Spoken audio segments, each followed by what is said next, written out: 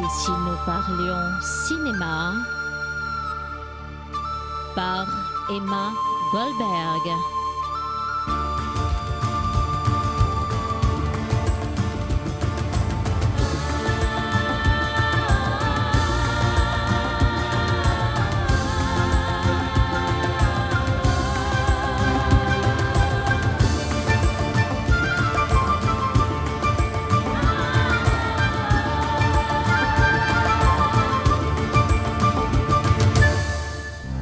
Aujourd'hui, dans Et si nous parlions cinéma by Emma Goldberg, nous accueillons la talentueuse Grâce de Capitani. C'est son attachée de presse, François Deblaye, qui m'a donné l'envie de l'interviewer et de vous faire découvrir toute l'étendue de sa généreuse carrière. Partons à la découverte de Grâce de Capitani. Bonjour les amis, nous voici en direct dans mon émission Et si nous parlions cinéma by Emma Goldberg.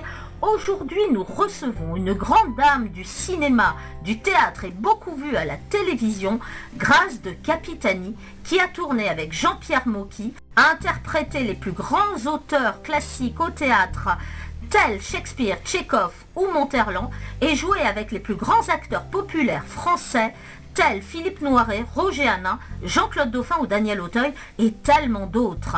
Elle a aussi joué dans des pièces dont les metteurs en scène sont tout aussi prestigieux. Elle est aussi une auteure et poétesse reconnue, et ses collaborations sont nombreuses. Partons à la découverte de la grande comédienne Grâce de Capitani. Bonjour Grâce, comment vas-tu ? Bonjour Emma.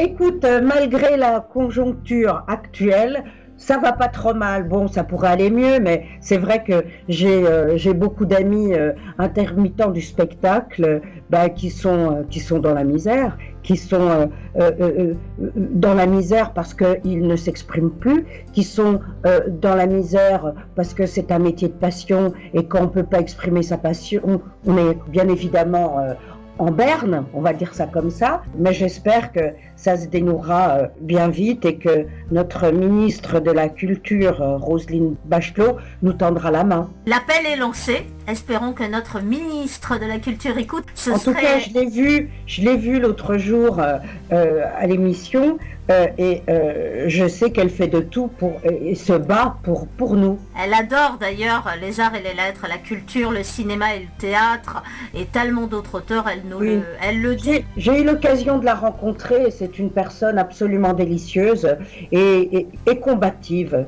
Et je crois que quand elle se donne une mission, elle essaye de tout faire pour que cela s'accomplisse. L'appel est lancé, ce sera avec grand plaisir que nous regarderons ces prochaines semaines et puis surtout que notre ministre mettra peut-être un point d'honneur à nous faire sortir de cette situation par le haut. Oui, parce que tu vois Emma, la culture française, si on n'avait pas eu par exemple, Madame de Montespan, on n'aurait jamais eu les plus grands auteurs. Elle allait supplier le roi de donner sa pension à Molière, à Corneille et à tous ces gens-là qui ont fait les arts et les lettres n'auront jamais autant brillé et Louis XIV n'aurait pas été le roi Soleil sans Madame de Montespan. D'où viens-tu et comment as-tu démarré ? Alors, je suis née à Bruxelles parce que mon papa avait fondé une boîte d'architecture d'intérieur et d'extérieur à Bruxelles, mais je suis italienne et j'ai la nationalité française et italienne. Comment as-tu démarré ? Eh bien, j'ai accompagné ma sœur, celle qui a 18 mois de plus que moi, à un cours d'art dramatique et là, j'ai eu comme une révélation, c'est pouvoir être quelqu'un d'autre. C'est là où je fais bien la différence entre une actrice et une comédienne. Une comédienne s'efface pour faire apparaître quelqu'un d'autre. Il est certain que Célimène, dans le Misanthrope, ne marche pas, ne parle pas de la même façon que Natacha dans Les Ripoux. Et c'est ça qui m'amuse, c'est de pouvoir créer un personnage, de s'effacer pour mettre quelque chose d'autre en avant. Et c'est le théâtre qui m'a beaucoup aidé pour faire ça. Je me souviens, j'ai tourné avec Jean Rochefort qui me disait « Mais tu as raison de retourner au théâtre régulièrement, c'est notre mère nourricière ». Je me souviens d'une pièce que j'avais vue avec lui et Jean-Pierre Mariel qui s'appelait La Bière au théâtre de la Michaudière, mais il y avait un duo magistral de deux acteurs. C'était assez stupéfiant. D'ailleurs, peut-on dire qu'être comédienne ou actrice, c'est s'évader sans se perdre? Ah, on voyage beaucoup et on tâche de ne pas se perdre. Non, parce que c'est vrai que parfois, le succès est difficile à assumer quand on n'y est pas prêt. Et quand les Sous-Doux en vacances sont sortis, je me promène sur les Champs-Élysées et des personnes me demandaient des autographes. Je dis non, vous confondez. Non, c'est pas moi. J'étais pas prête à assumer ça. Et puis, au cours des années, c'est venu. Et quand on choisit de faire un métier public, il n'est pas question, en aucun cas, de refuser un autographe. Et quels ont été les temps forts de ta carrière? Je crois que c'était très vallonné. C'était très vallonné parce que j'ai joué des choses très diverses et variées, mais quand j'ai rencontré Claude Zidi, j'avais jamais fait de cinéma avant. J'avais vu les Sous-Doués passent le bac 6 mois auparavant au cinéma et je me dis je vais rencontrer ce monsieur et qui me dit tout de suite vous êtes bien pour le rôle. Bon, je suis venue avec mes critiques belges où il était marqué une fois de plus grâce de Capitani brûle les planches et il devait rencontrer une personne inconnue mais qui avait quand même fait déjà une carrière, mais j'étais tout à fait inconnue en France, puisque je venais de ma Belgique natale, et parce qu'il s'agissait du rôle des deux jumelles. Et Claude Zidi était et toujours un technicien, c'était quand même le cadreur de Chabrol. Et les moyens de l'époque n'étaient pas ceux qu'ils sont aujourd'hui. Et c'est vrai qu'il occultait un côté de la pellicule, qui rembobinait, je passais de l'autre côté, et on a joué ça comme ça. Et tout le monde y a vraiment cru aux deux jumelles. C'était un exploit. Quels ont été tes souvenirs sur ce tournage et tes rapports avec le réalisateur et les acteurs? Écoute, moi, je la jouais très discrète et surtout, je restais très concentrée.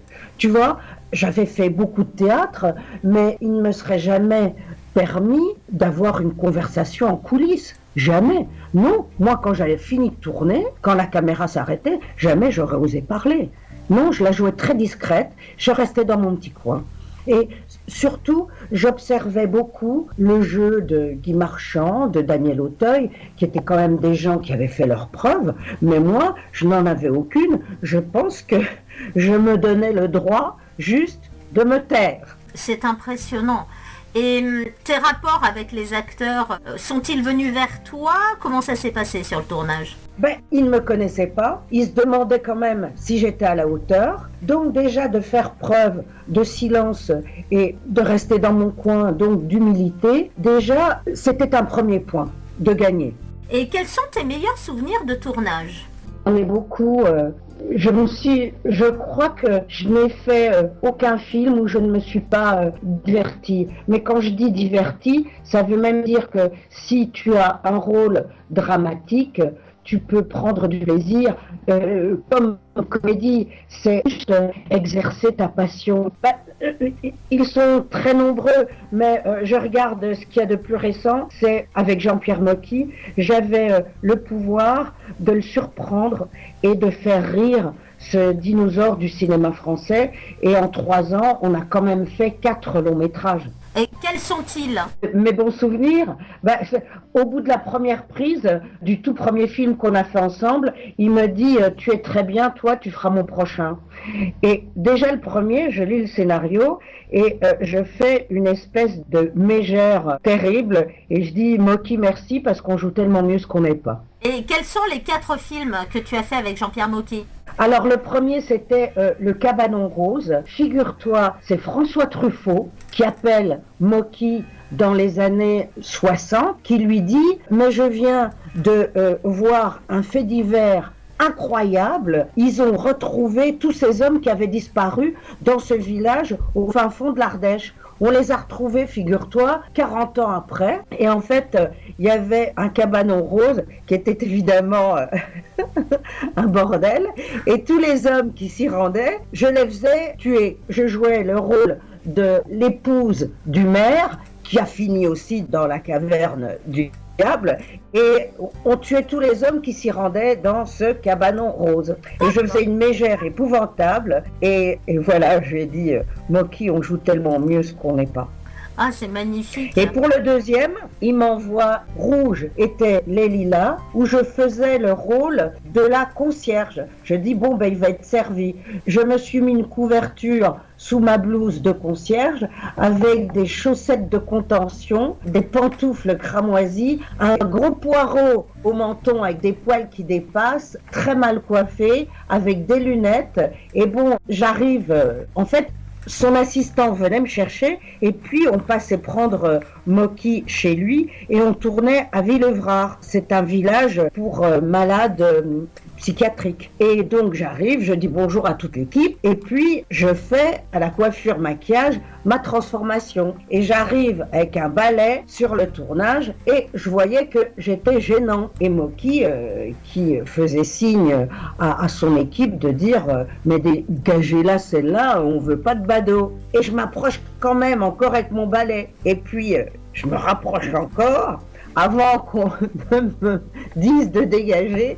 Et là, je dis, bah quoi Moki, je te plais plus? C'est toi, c'est toi.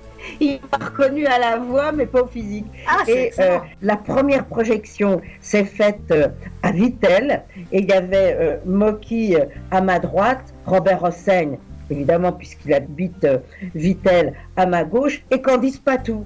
Ah. Et la lumière se rallume, et Candice me dit, dis donc, t'es allé loin, hein. Il n'y en a pas beaucoup qui auraient osé, hein. Mais t'es allé très très loin d'être moche à ce point.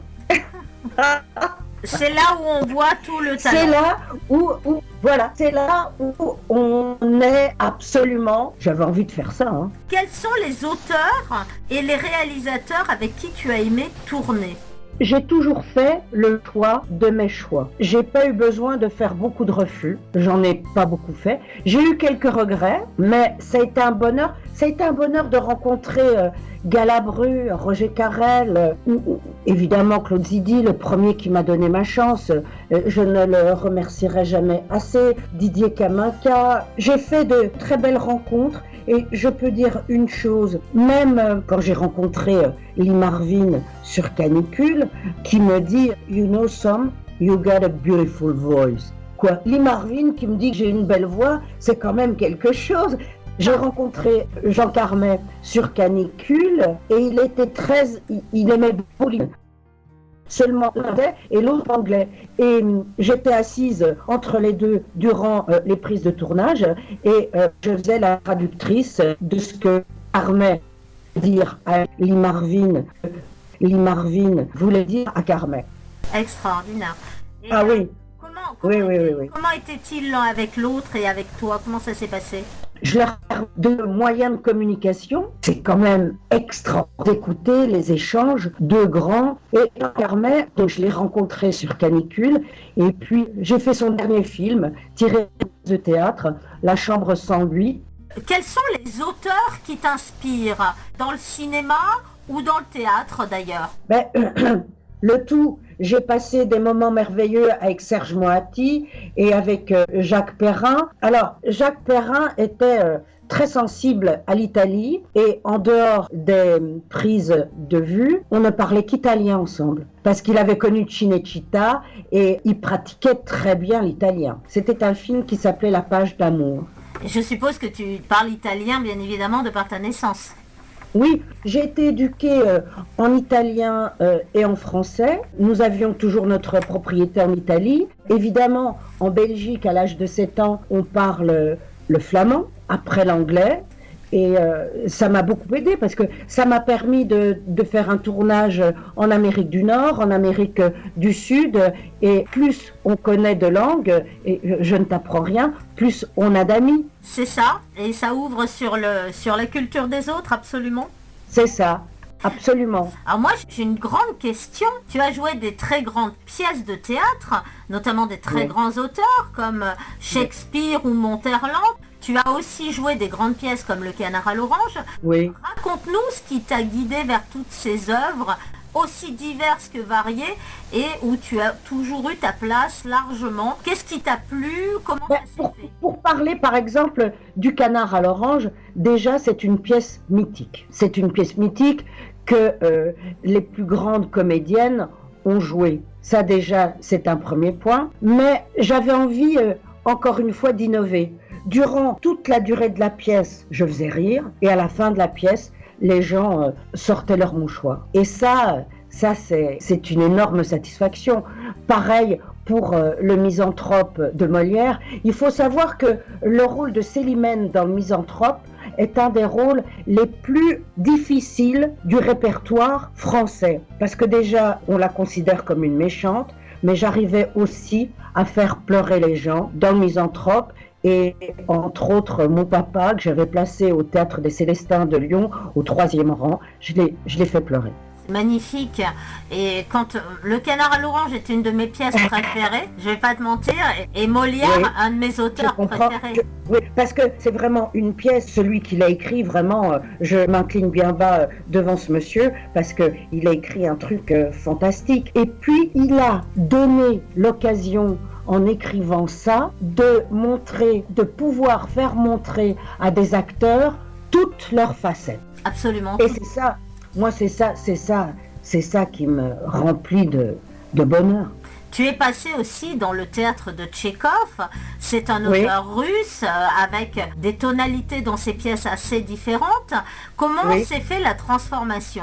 Bon, j'ai signé mon premier contrat, j'avais 16 ans, et le rôle d'Ania dans La Cerisée de Tchekhov, j'avais l'âge du rôle. Et j'avais l'âge du rôle et les capacités de pouvoir la jouer.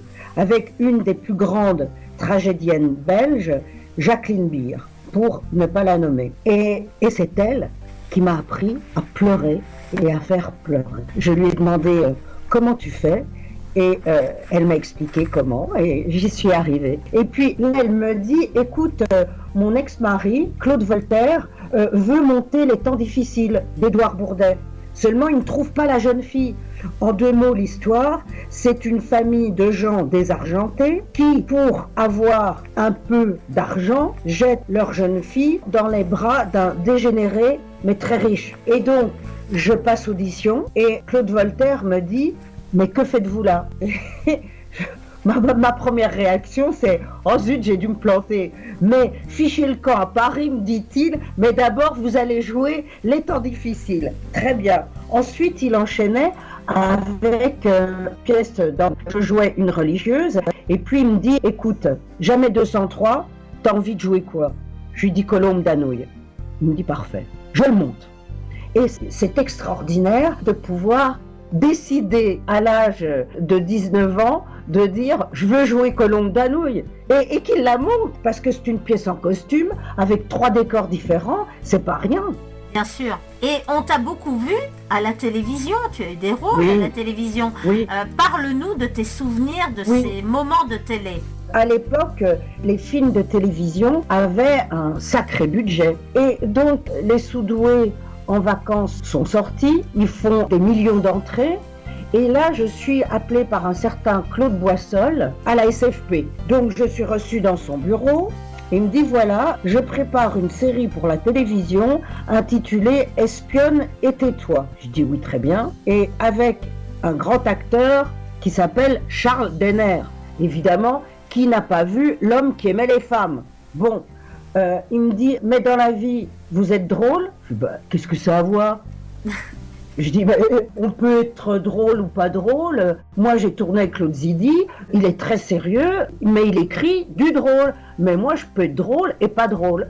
Ah, vous êtes très insolente. Le rôle est à vous.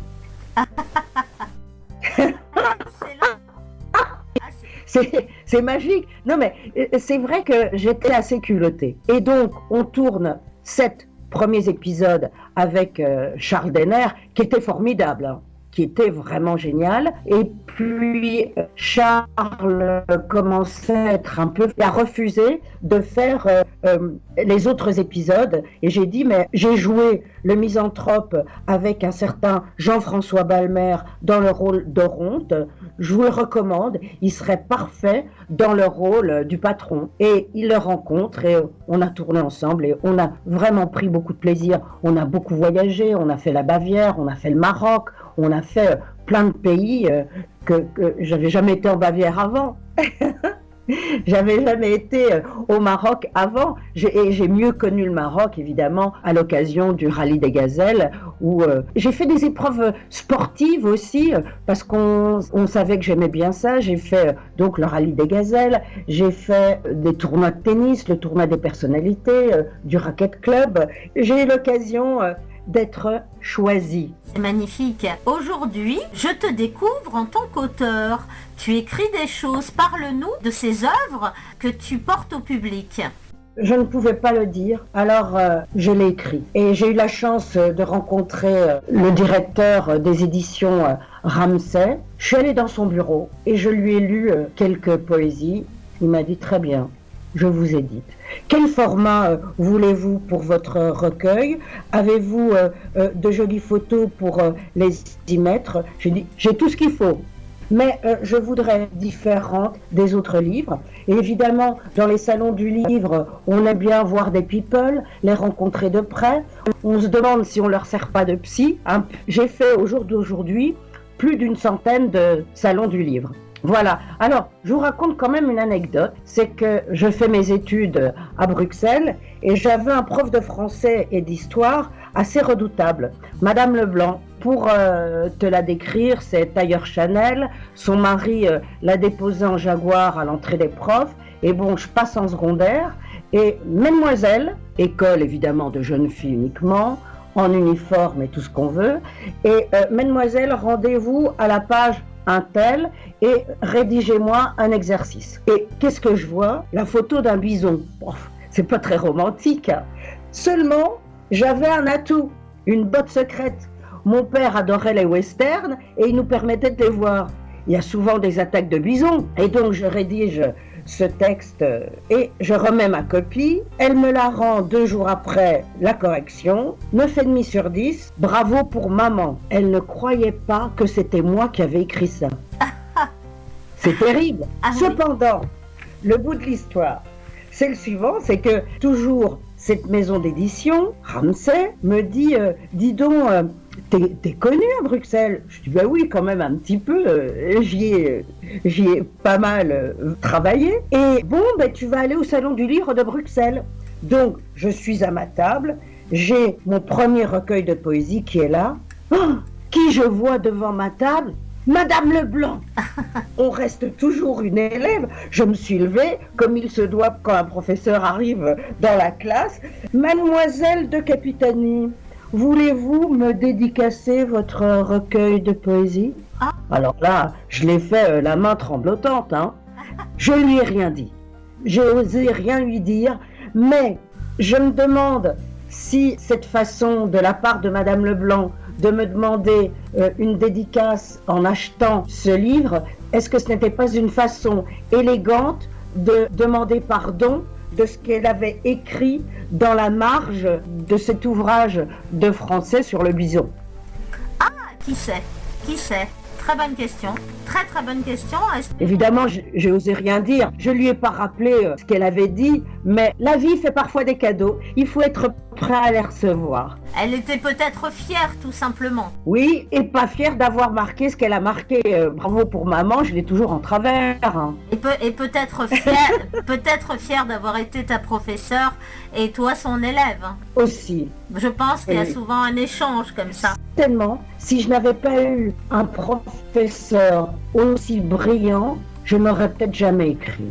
Qui sait? J'en ai quand même écrit 3. J'en ai un 4e qui est prêt à être lu par une maison d'édition, si on veut bien encore méditer. Alors, le premier, c'était Moment de grâce.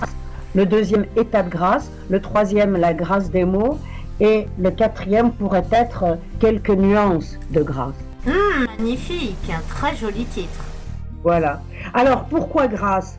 Parce que je suis mort-née et ma grand-mère, paraît-il, a supplié à genoux la Sainte Vierge Marie de lui faire la grâce de m'accorder la vie.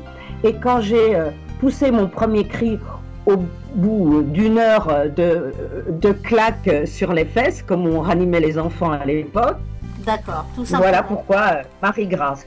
D'accord. Le premier jour où je suis arrivée sur le tournage des Ripoux, Noiret s'assied au maquillage à côté de moi et me dit mais c'est votre vrai nom, Grâce de Capitani? Je lui dis, j'en ai coupé un petit bout parce que c'était quand même too much. Il me dit, ah bon, c'est quoi? Je dis, ben, mon vrai prénom, c'est Marie-Grâce de Capitani. Oh, toute la journée, il s'est gargarisé avec sa belle voix, Marie-Grâce de Capitani. Excellent. Ah, c'est magnifique comme anecdote. Ah oui, oui. Il était absolument charmant. Il avait ses têtes, hein. Il avait ses têtes. Mais quand je tournais Espionne et tais-toi, celui qui faisait le rôle de mon père s'appelait Jacques François. Vous voyez qui c'est, ce grand qui joue toujours voilà, avec ses lunettes carrées et ses allures de ministre. Magnifique. Et donc, je termine le tournage d'Espionne et tais-toi et Jacques François me dit, mais dis donc, j'ai dîné avec mon pote hier et il m'a dit, je vais tourner avec ta fille, une certaine Grâce de Capitani. Il me dit, en effet. Je dis, Jacques François, je dis, mais il est comment Noiret? Parce que j'avais tout de même un peu peur, j'étais quand même un peu crispée d'avoir ce monsieur en face de moi. Il me dit, t'inquiète, je t'ai préparé le terrain. Et on s'est super bien entendu. Et si vous revoyez à nouveau les ripoux, je suis d'une insolence terrifiante.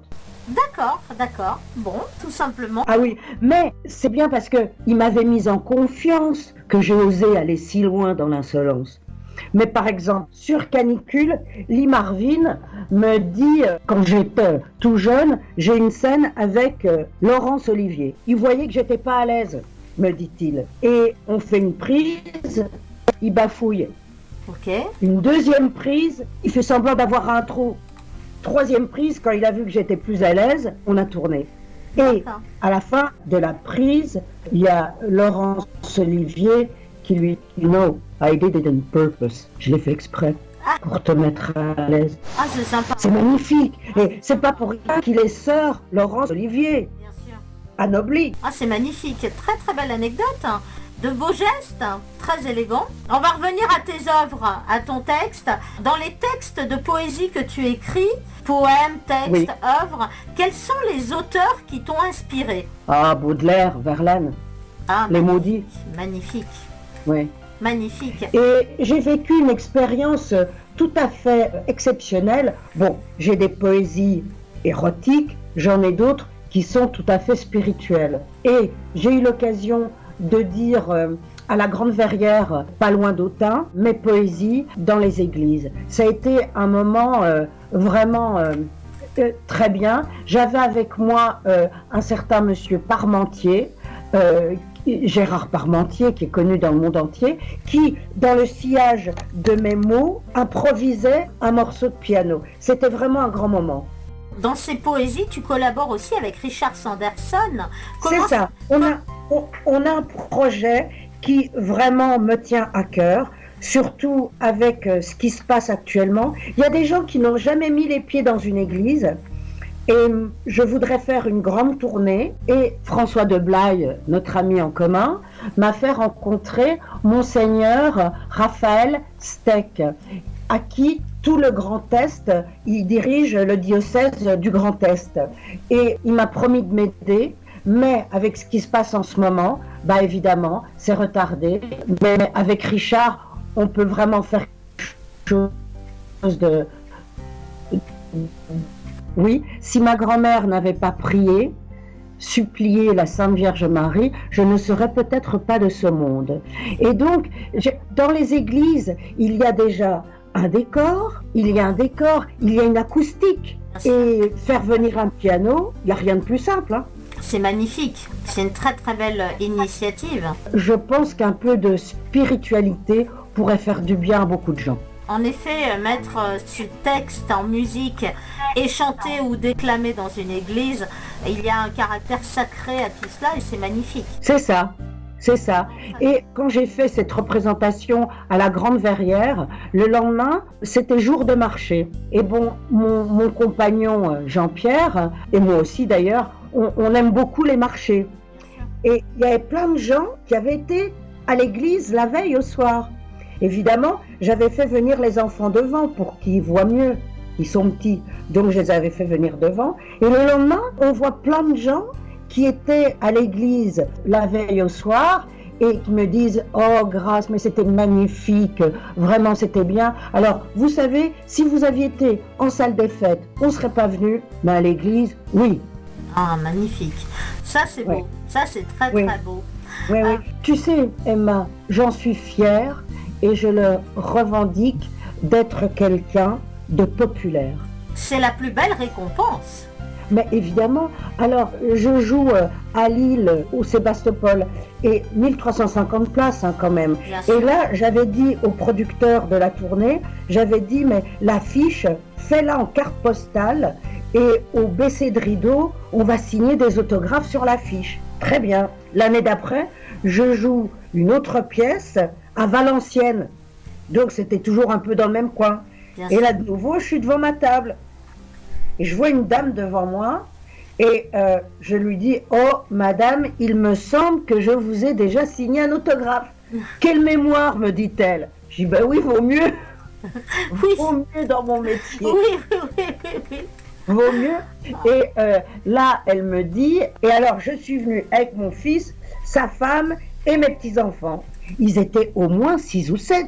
C'est magnifique. 50 € la place. » Magnifique. Je me dis donc, ça vous fait une sacrée sortie. Me dit, oui, je vais peut-être au théâtre une fois par an. Mais quand j'ai le bourdon et que je pense à vous, je me mains. Ah ben oui. C'est mignon. Et vaut mieux venir au théâtre que de prendre des antidépresseurs. Je suis totalement d'accord. Ben voilà. C'est très vrai. D'ailleurs, pardonne-moi Emma de faire une parenthèse. Certaines places de théâtre devraient être remboursées par la sécurité sociale. Exactement. On lance un appel d'ailleurs. Ils vendraient moins de drogue et de trucs qui sont mauvais pour la santé. Ah là, c'est sûr que ce serait que du rire et beaucoup Voilà. de bonne humeur. Avec Voilà, plaisir. c'est une espèce de bouteille que j'ai envoyée à la mer. Qui va Allons-y. la décacheter? Allons-y, soyons fous. Voilà. Si une fée passait par là, quel serait le film dans lequel tu rêverais de tourner? Avec quels acteurs et réalisateurs? Soyons fous. Mais écoute, j'ai écrit une pièce de théâtre qui s'appelle Les Sulfureuses. J'ai imaginé des entretiens secrets entre Madame de Montespan et la voisin, la sorcière du beau siècle. Tout se passe dans l'antre secret de la voisin. Je rêverais de jouer cette sorcière. Encore une bouteille à la mer. Allons-y, on va se faire... On se fait plaisir. Mais Voilà.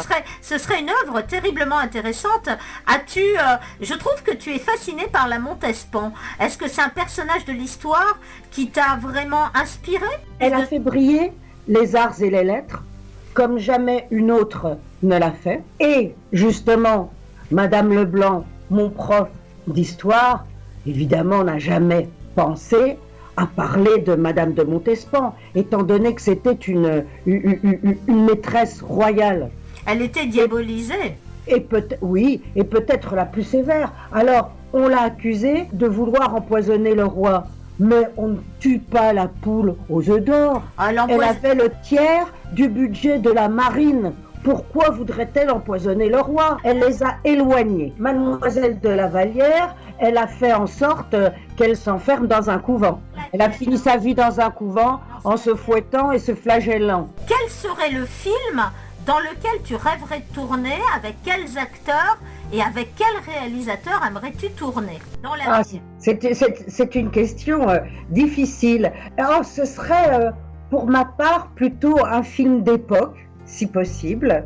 Et tiens, pourquoi pas quelque chose comme l'affaire des poisons. Ah, magnifique. Je suis passionnée d'histoire. Et il y a une phase de l'histoire de la France qui est très intéressante, c'est bien évidemment les rois maudits. Bien sûr, quelle belle magie. Avec quels acteurs tu rêverais de tourner? Oh, j'aime bien l'innovation, j'aime bien faire des nouvelles découvertes. On découvrira ça peut-être un jour. Avec plaisir. Dans les prochaines heures, quelle serait l'œuvre que tu aimerais écrire cette fois-ci en tant qu'auteur? J'ai plusieurs pièces dans mes tiroirs. Bon, elles n'ont pas encore trouvé de théâtre et je crois qu'en ce moment, c'est peut-être un peu difficile aussi. Ça va revenir, il faut garder espoir. Je croise les doigts et si je peux croiser les orteils, je le ferai aussi.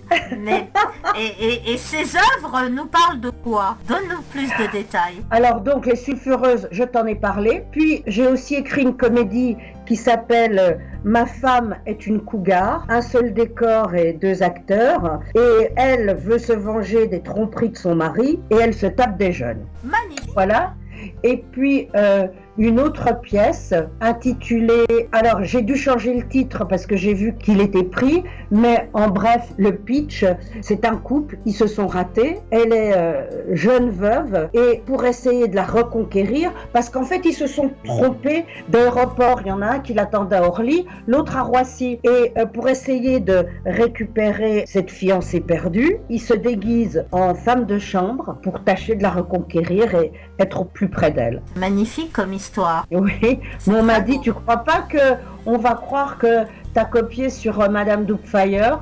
Je dis non, c'est quand même assez différent. Ah oui, c'est très différent, oui, oui, oui. Que peut-on te souhaiter pour l'avenir? Et donne-nous un dernier message d'amour à tes fans. Pouvoir continuer à exprimer ma passion et les revoir à nouveau parce que sans eux, on n'existe pas. Bien sûr. Et on va lancer un appel aux églises qui auraient envie d'avoir un spectacle de... Ah, je voudrais bien.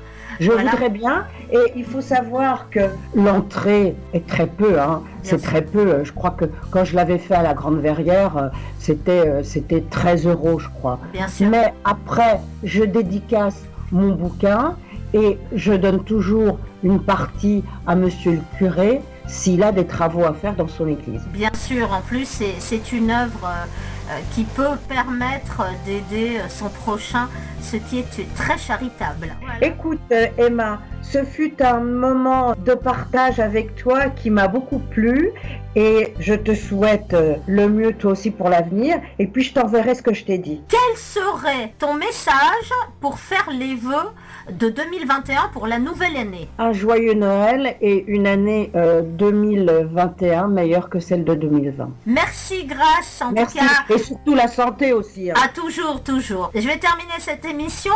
Merci Grâce d'avoir été avec nous ce beau moment dans mon émission Et si nous parlions cinéma by Emma Goldberg. Merci de nous avoir reçus. Merci Emma. Merci Emma. Merci Je beaucoup. commence à avoir un petit creux, je crois que je vais aller déjeuner. Allez, c'est parti. Bon appétit et à bientôt. Merci Emma. À Bon bientôt. courage, au Au revoir.